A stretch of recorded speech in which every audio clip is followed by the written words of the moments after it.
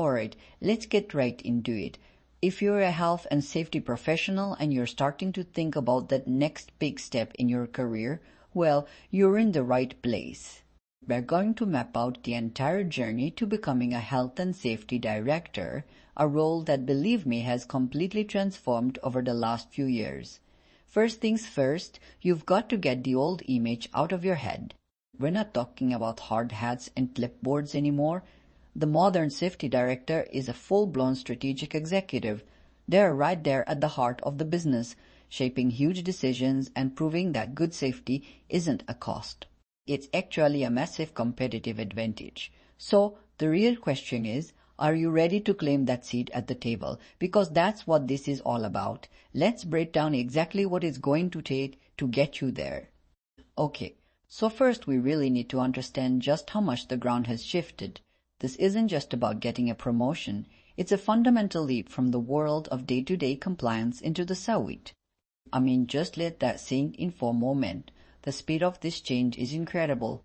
A director's role today, it's way less about managing the daily grind and almost entirely about having executive-level influence and actually setting the safety strategy for the entire organization for years to come.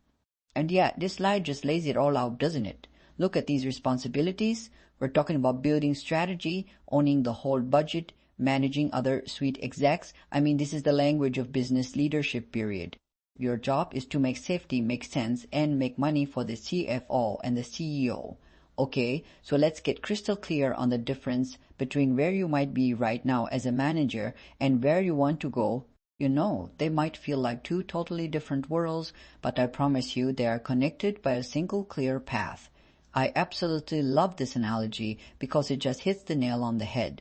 The safety manager, you're the guardian of the ship. You're focused on the here and now, making sure we don't hit the rocks that are right in front of us. The director, though, they're the navigator, looking way out at the horizon, charting the entire course for the next 5 years. Now, what's so powerful about this slide is how it breaks that analogy down into real-world terms. And just look at the shift in language. A manager talks about hazards, regulations. A director, they're talking about EBITDA. That's basically a measure of company profitability and risk appetite. So, a manager might say, hey, we need new safety harnesses. The director takes that and translates it for the board. They say, an investment of £20,000 in new fall protection will mitigate a critical operational risk, prevent costly delays, and actually give us a positive return by lowering our insurance premiums. You see the difference? It's huge. Success is no longer just about low incident rates.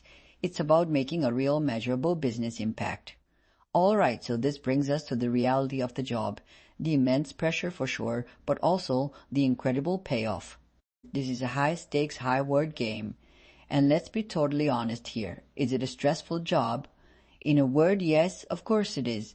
But that stress comes from having real significant responsibility. It's the kind of pressure that's balanced by the amazing feeling of knowing you can make system-wide changes that actually protect thousands of people, and the stakes are just enormous. Look at this number. The economic cost of getting safety wrong in the UK is nearly £23 billion. As a director, you are literally on the front line of protecting your company from that kind of financial risk. And then you see this number. And honestly, this is the one that really matters. Behind every single one of those statistics is a person, a family. The weight of this responsibility is just profound. It's the ultimate why behind everything a director does. And here's the impact on pure productivity. Over 40 million working days just lost. A director's strategy directly attacks this problem. It's about turning safety into a driver of efficiency and making the whole business stronger. Okay, now for the reward. Because with that kind of responsibility comes some serious financial recognition. As you can see pretty clearly here, the jump from manager to director is huge, often doubling your salary. And if you're aiming for those top-tier companies, the potential is even higher. The financial case for investing in yourself to get here, it's undeniable. So the big question, how do you actually get there? This last section is your roadmap. It's all about building that strategic toolkit that will make you the obvious choice for that director's chair. And I know what a lot of you are probably thinking right about now. Do I have to go back to university for 3 years to make this leap?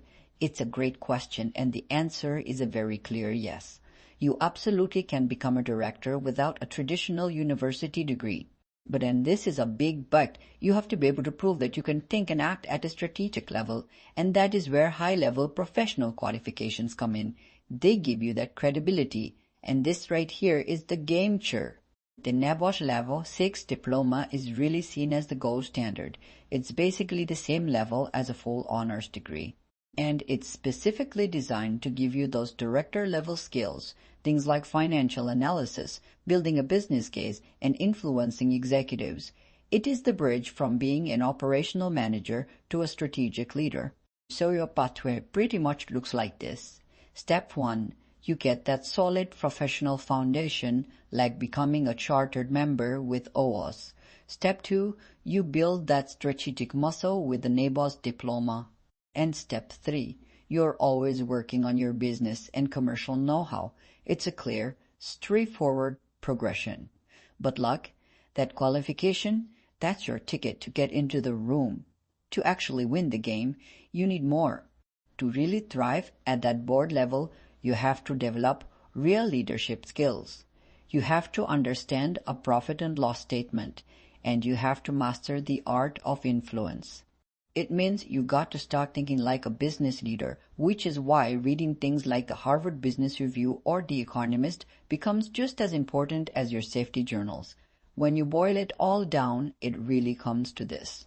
Your entire journey, all of your success, it all hinges on one thing.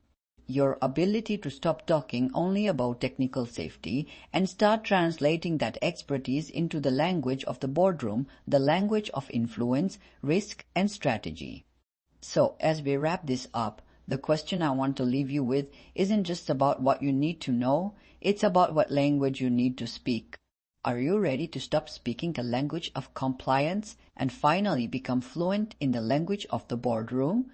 Because that fluency, well, that's what's going to define your entire future as a leader,